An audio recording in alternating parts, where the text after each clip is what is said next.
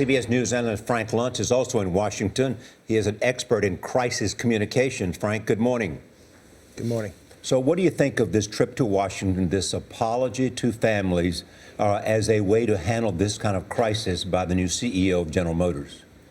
I think it's very smart. I think it's very effective. It's important for her to have seen the victims before she comes to Capitol Hill because she'll be able to tell them the stories. She'll be able to relate and empathize with what has happened to these people. But I would warn her that on Capitol Hill, sometimes it's about the truth, but as often as not, because this is Congress, it could be about grandstanding, and that's going to be a challenge for her. How do you keep your cool when some members want to get the facts and other members just want to score political points? So we all know, Frank, this didn't happen on her watch, but as CEO of the company now, how much of the burden now falls on her? It falls on her from this point going forward. And even though she can say that I wasn't involved, she was an executive at the company for a considerable amount of time. What she needs to do, and I'm going to be listening to the exact words she uses, does she say, I accept responsibility or I embrace responsibility? Those are two different meanings. Accepting is much more passive, and when people have died, that's not good enough. If she says, I embrace it, I will be aggressive, I will be passionate about getting to the truth, that is much more important for GM going forward.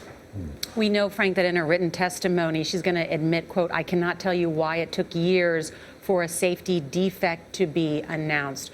Will that be enough?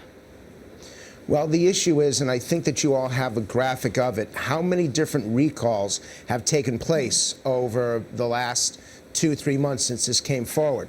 There's a certain rule of public relations. One example is random. 2 examples of a problem is a trend. Once you have 3 examples, then you've got a pattern, then you've got proof. And GM's had so many recalls over the last 2-3 months that consumers right now are looking at this company and wondering, is there something wrong with the culture? And she has to address that cultural issue if she's going to communicate to consumers that these are cars you can trust. Frank, should she say to people in Washington, I'm going to be the surrogate for these people who lost their children and getting to the bottom of this and make sure it never happens again? The phrase, Charlie, it's a good question. The phrase that I would use is, I will be their voice. Yeah. I have heard them. Voice I'm listening. Better. I understand. I get it. I will be their voice in Detroit. I will be their voice here in Washington. And she should also talk about her commitment, not a promise or pledge, a personal commitment, because that's her reputation on the line. All right, Frank Luntz, thank you.